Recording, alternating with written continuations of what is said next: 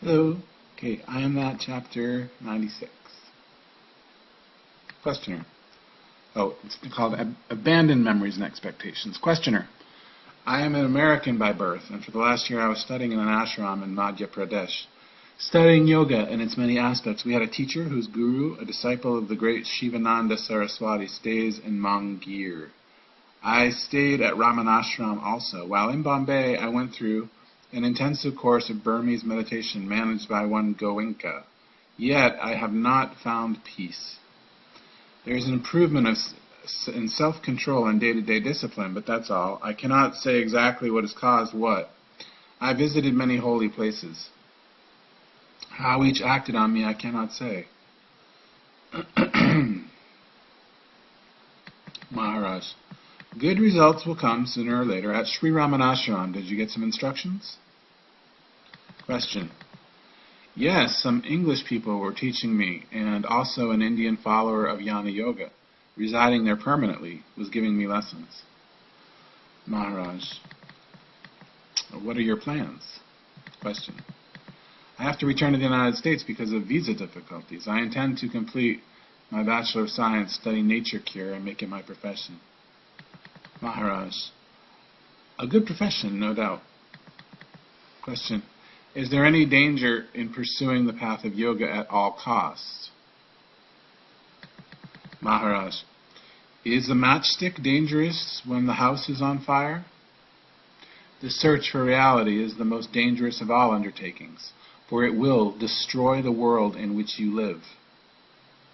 But if your motive is love of truth and life, you need not be afraid. Question. I am afraid of my own mind. It is so unsteady. Maharaj. In the mirror of your mind, images appear and disappear. The mirror remains.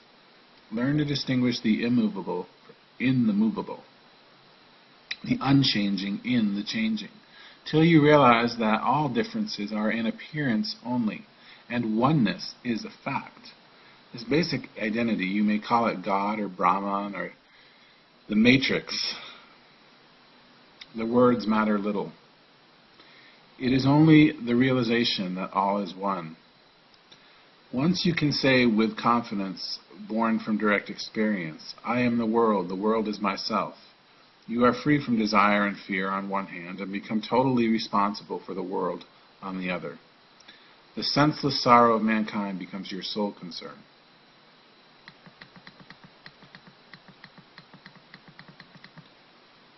Question. So even a jnani has problems, Maharaj. Yes, but they're no longer of his own creation. His suffering is not poisoned by a sense of guilt. There's nothing wrong with suffering for the sins of others. Your Christianity is based on this. Question. Is not all suffering self-created? Maharaj. Yes, as long as there is a separate self to create it. In the end, you know there is no sin. That there is no sin, no guilt, no retribution. Only life and its endless transformations. With the dissolution of the personal I, personal suffering disappears. What remains is the great sadness of compassion, the horror of the unnecessary pain. Question. Is there anything unnecessary in the scheme of things? Maharaj. Nothing is necessary, nothing is inevitable. Habit and passion blind and mislead. Compassionate awareness heals and redeems. There's nothing we can do. We can only let things happen according to their nature. Question. Do you advocate complete passivity? Maharaj. Clarity and charity is action. Love is not lazy, and clarity directs. You need not worry about action. Look after your mind and heart. Stupidity and selfishness are the only evil. Question. What is better, repetition of God's name or meditation? Maharaj, repetition will stabilize your breath. With deep and quiet breathing, vitality will improve, which will influence the brain and help the mind to grow pure and stable and fit for meditation. Without vitality, little can be done. Hence, the importance of its protection and increase. Posture and breathing are a part of yoga, for the body must be healthy and well under control. But too much concentration on the body defeats its own purpose, for it is the mind that is primary in the beginning.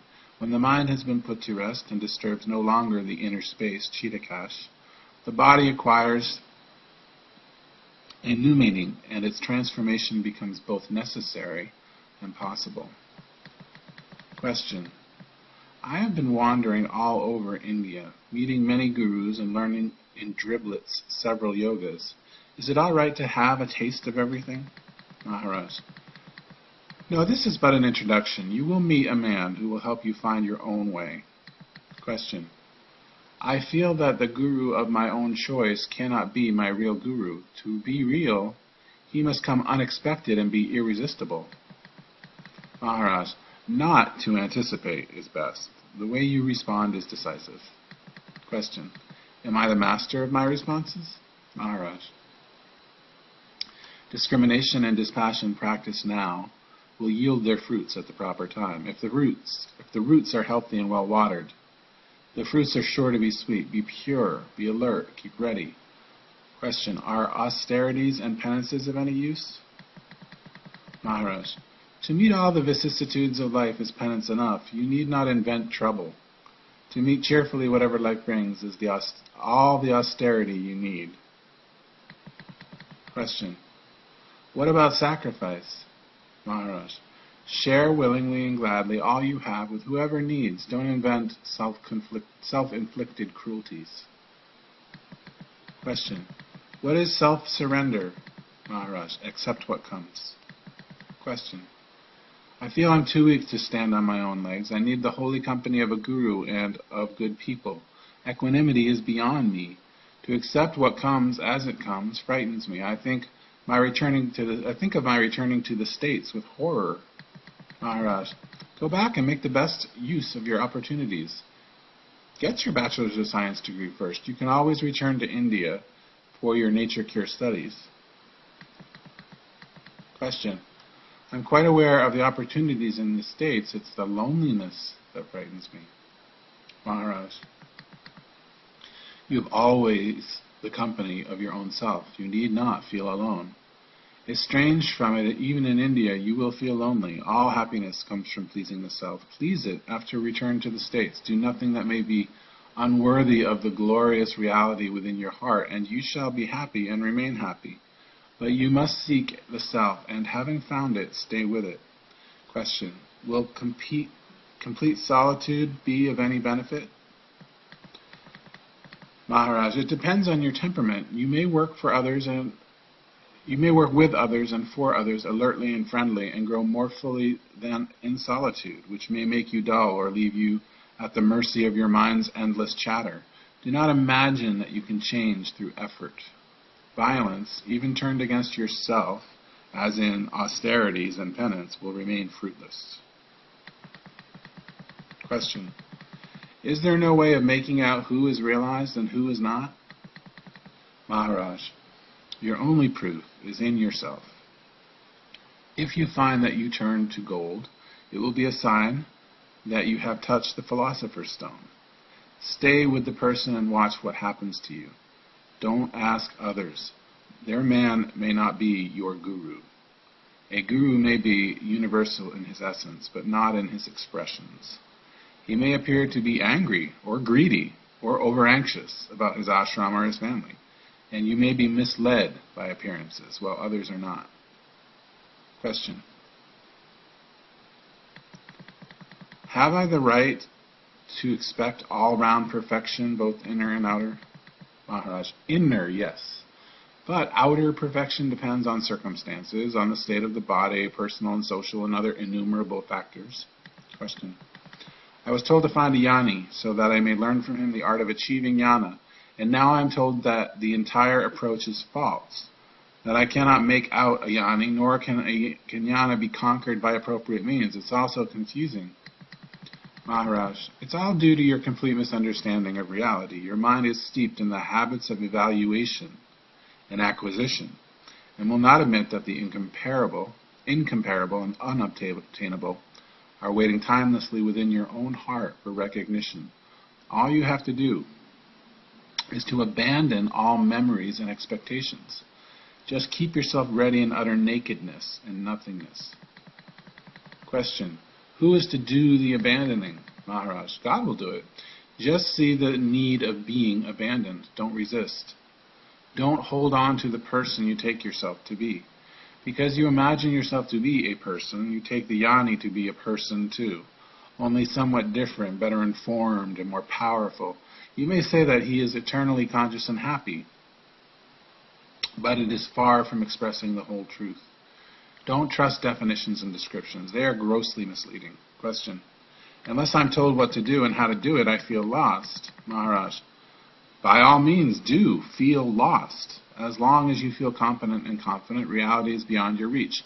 Unless you accept inner adventure as a way of life, discovery will not come to you.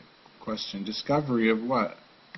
Maharaj. Of the center of your being, which is free of all directions, all means and ends.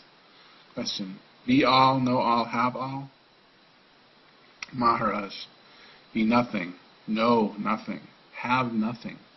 This is the only life worth living, the only happiness worth having. Question.